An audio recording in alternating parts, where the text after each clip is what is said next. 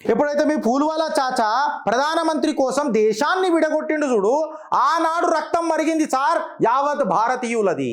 ఏనాడైతే అకాశీ చిన్ ఏమున్నది, ఆడ గడ్డి కూడా మొలవది, పోతే ఓని సియాచన్ ఓని అని అన్నాడు చూడు, ఆనాడు యావత్ భారతీయులు భారత బాత బుడ్డు బిడ్డల రక్తం మరిగింది సార్. ఎప్పుడైతే మీ నాయనమ్మ గోరక్షకుల మీద సచ్చిండ్రా బతికిన్రా చూడకుండా బుల్లెట్లు కొట్టి లారీలలో లేచి శవాలను తీసుకుపోయింది చూడు, ఆనాడు రక్తం మరిగింది సార్ యావత్ భారతావనిది.